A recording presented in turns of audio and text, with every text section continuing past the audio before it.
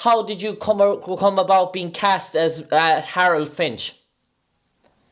After Lost was finished, I was looking around for a bit, trying to find something else to do with myself, and I had worked toward a couple of ideas with Bad Robot, and nothing seemed to be happening. And so one day I was in J.J. Abrams' office, and I said, "You have all these scripts here. There must be something that's really cool." Yeah. And he handed me this one for Person of Interest, and I thought it was so appealing, partly because it was set in New York City, but I liked the noir feeling of it, you know. Yeah. It seemed to be a show that always took place at night, and I liked the mixture of science fiction and contemporary crime.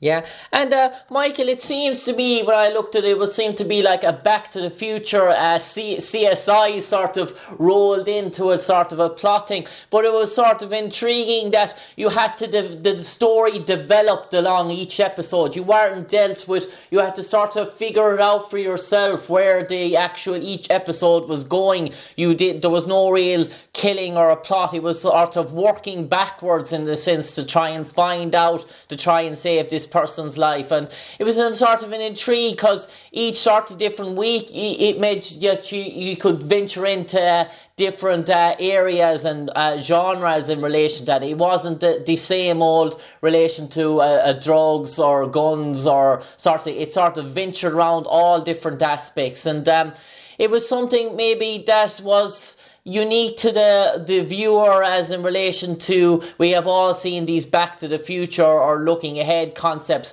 but this was an area where that your actions could realistically prevent a crime. I thought that was what was appealing about the show. Of course, CBS is a conservative network, and they wanted a TV show with standalone episodes. Yeah, you know, so that you didn't have to have watched the entire series to know what was going on. And we sort of lived by that rule for a couple of seasons, but then the writers got interested in the sort of Uber story about the origins and possible future of the machine, and what would happen if there were other machines, and that began to sort of drive the series after that. Yeah, and I thought they managed a balance between that larger story about artificial intelligence and the day-to-day life-saving narrative. Yeah. And Michael, in relation to Person of Interest, and can you tell us, I suppose you were in a massive production in relation to Lost, a TV series that was probably I imagine it took several weeks to shoot a single episode. Person of Interest, I say it was maybe, it was a big production, maybe not as big as Lost, but in relation to shooting an episode on a daily basis, did you arrive in on a Monday, you got your script, and from the point of rehearsals to the point of shooting or offset locations, did it take maybe 7 days to film one episode? No, in both cases, both Lost and Person of Interest took, actually, in practical terms, they each took nine shooting days to make an episode. But for the paperwork, they always claimed it only took 8. All right. So they would religiously start the subsequent episode on day 9, but that meant using a double unit, you know, to start shooting the new episode while another unit was finishing up the previous. So it was, the days were long and loaded, and it was fairly grueling work, I'd have to say. Yeah, and Michael, we know Jim Caviezel plays John Reese, the ex-CIA agent, and the sort of chemistry that she had, it was sort of a sort of an uncle, sort of nephew sort of relationship, and there was sort of that bond there, but you also got that seriousness as well from Jim that came into the role, and there was a sort of good blend to make you sort of were able to bounce off each other to create that sort of an effect, sort of a businessman's working relationship, but you could also see there was a bit of that on-screen sort of chemistry between you as well. Yeah, and I think that chemistry grew organically as the show went along. It's not a thing you can ever plan for, it's a thing writers and directors wish would happen, and once in a while it does. Jim was good company to work with, and I think, that relationship was chillier in the beginning than it was after we got to know each other a little bit better. And I always appreciated that they were close enough and fond enough to make jokes about one another. Yeah. And I was always happy about that. Yeah, and Michael, as the first two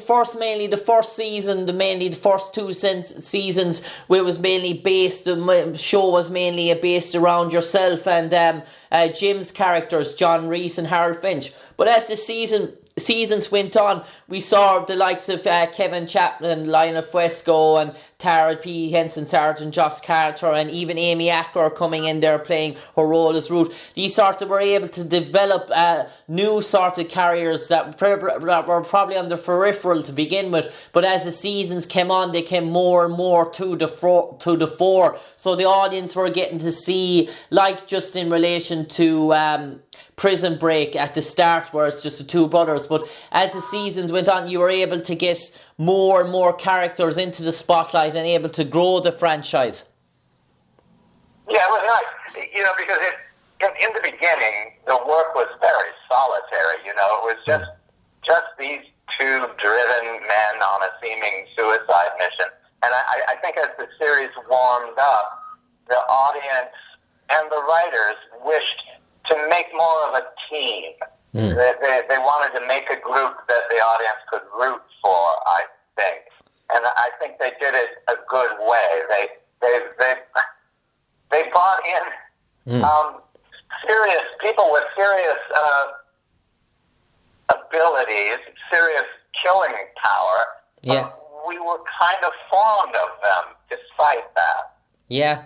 And Michael, in the beginning, I know you did 5 seasons, but as we see with many TV series in the States, did you have to hit a certain number, certain ratings after the first season or first 2 seasons to get the show renewed, or was there always that bit of that sort of solitary, that a bit of security in the job relation, that after the first 3 or 4 episodes, when you knew the ratings were high, that the show would go on for another 2 or 3 seasons? Or was it constantly after season 1 that you heard, right, we're going to have season 2, and then after season 2 was it renewed in for another 2 seasons? Or how did it work? Because I know on some shows in the States it's very much target driven in relation to numbers. We see in shows like Charlie Sheen's show Anger Management and stuff like that, cancelled after 1 season or stuff like that.